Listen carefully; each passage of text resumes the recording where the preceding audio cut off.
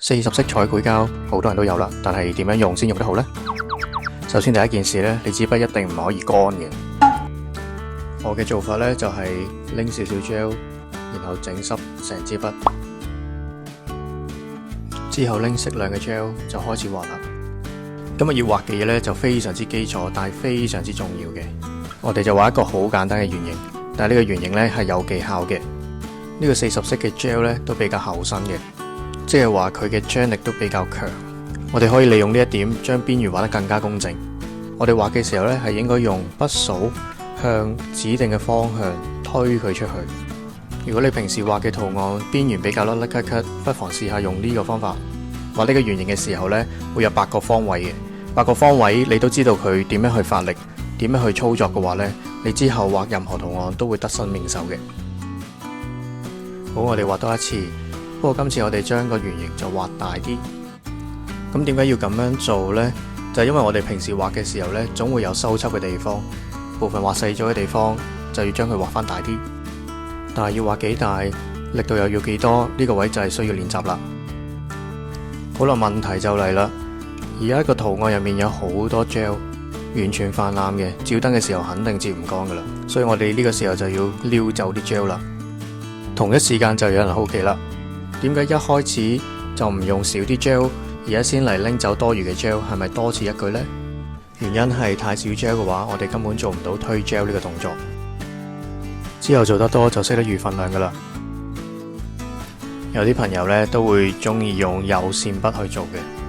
咁其實個做法咧係一樣嘅，但係佢就有個好處，就係調整嘅時候可以仔細一啲。跟住落嚟想畫一個心形啊，上半部分就係2個半圓組成嘅，咁可以用翻頭先學過嘅技巧啊。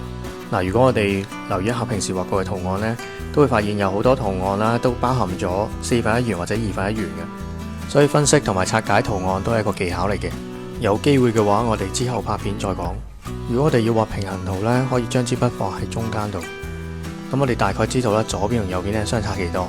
咁啊，右邊我哋畫細咗啦，我哋自不然就要畫翻大啲咯。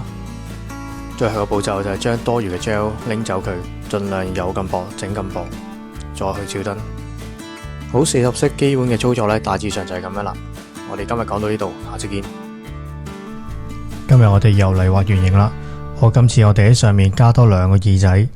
咁耳仔嘅部分呢，其實就係2個半圓組成嘅。首先我哋攞 gel 定一定個位先，就千祈唔好太心急，將一隻耳仔畫到完美先至畫另一隻。畫完咗大概，再慢慢用支筆調整所有嘅輪廓。記得啦，我哋要將個 gel 咧向外推出去，就唔係用畫線嘅方式去畫出嚟嘅。同一時間我哋都要留意一下左右嘅平衡。如果大家覺得自己畫畫嘅速度唔夠快，都可以試下呢個方法。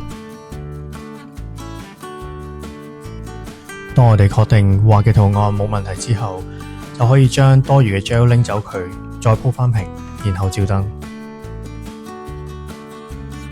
除咗圓形之外，我哋都要學識點樣去畫一個正方形、三角形同埋星星。一開始練習嘅時候畫唔到直線係正常嘅。首先我哋係要用勾線筆去做嘅，畫嘅方向同毛筆嘅方向要一致。每次用 gel 嘅量亦都唔可以多。凡係畫起過嘅圖案或者文字，都係考驗美甲師嘅能力同耐性。如果你係客人嘅話，呢個時候千祈唔好喐，亦都唔好講嘢。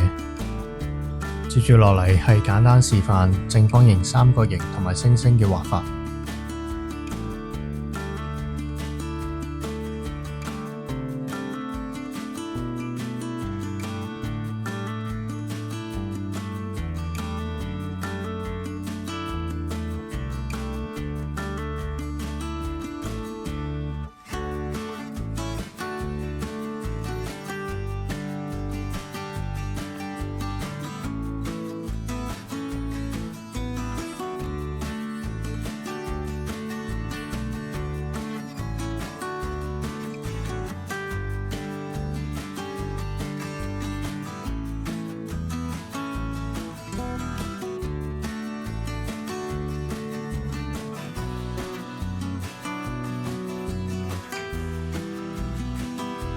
下一期我哋就會講下點樣畫直線、橫線、圓滑線同埋描邊。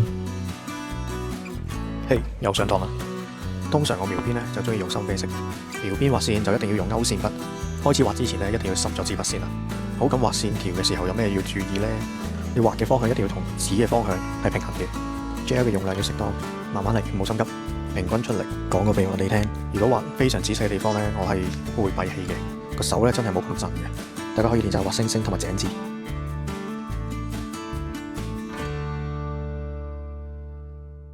第二個難關咧就係空描一個圓形啊！一開始我哋可以點8個方位先，輔助一下自己去練線，同之前畫圓形一模一樣。即使係畫線啦，方位同角度咧係一樣嘅，線嘅粗幼都要一致。可以透過呢個方式多啲練習，熟能生巧。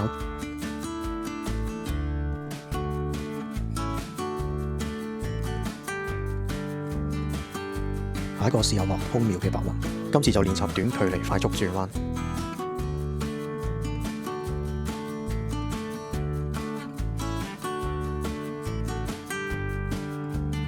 如果要畫動漫嘅咧，就可以學埋從不落，收不走。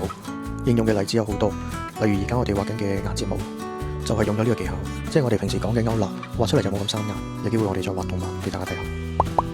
直線筆有唔同嘅長度，唔同嘅長度有啲咩用呢？我自己嘅諗法咧就係越短嘅筆咧，佢嘅轉彎速度就越快嘅。如果越長嘅筆咧，相對就冇咁快，但係佢畫直線嘅時候就穩定一啲。我而家用緊呢支就係10號最短嗰支。如果我而家要畫格仔，就會改用11或者12號。當然你好有經驗嘅話，都可以一支筆走天涯嘅。但我成日都覺得工具應該係遷就人類嘅，就唔係我哋人類去遷就工具。講翻轉頭，大家估唔估到呢個嘴係邊個嘅？如果你好中意迪士尼公仔嘅話咧，呢個 W 嘴一定要學識點畫。最後奉勸大家多啲去理解，就唔係盲目咁去練習。大家有啲圖案想學下點畫嘅，都可以留言話我知。喂，介紹完40色彩繪膠正確用法之後，今日我哋嚟實踐一下啦。今日要畫卡拉希嘅粉紅兔兔，順便畫埋輪廓線，即係描邊啊。第一件事係拎大量嘅12號粉紅色，隨心推一個圓形先，因為兔仔嘅面型咧係橢圓形。咁聰明嘅你就知道將左右拉闊就搞掂啦。記得啦，我哋係將 gel 推出去，咁個邊緣咧就唔會甩甩咳咳啦。之後就到耳仔啦，定咗位先，再拎大量嘅 gel 從上而下壓落去，耳仔就會慢慢變闊。一次唔得咧，就嚟多一次，慢慢嚟，直到滿意為止啊！記住，我哋照燈之前拎走多餘嘅 gel。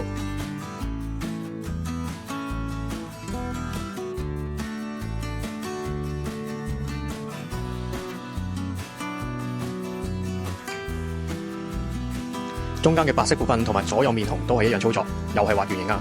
可想而知，學識畫圓形係幾咁重要咧。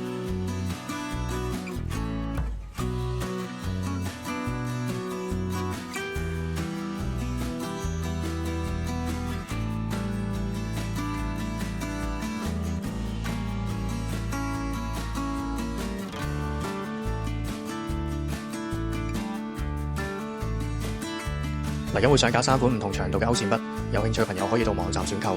乜都冇諗，第一件事點咗個鼻先，之後就做最難嘅 W 嘴啦。而家我就用緊10號筆，毛係最短嘅。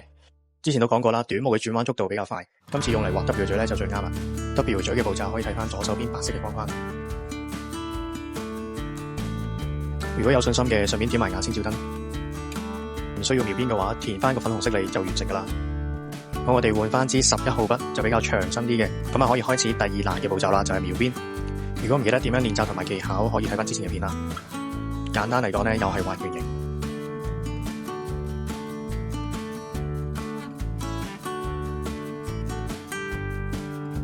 今次只係畫兔兔輪廓描邊，相對就比較簡單，只需要考慮條線嘅粗幼一致就 OK 啦。多啲練習之後就可以挑戰畫動漫。到時候線條嘅粗幼變化就要注意啦，有機會我哋連埋俾你一齊講。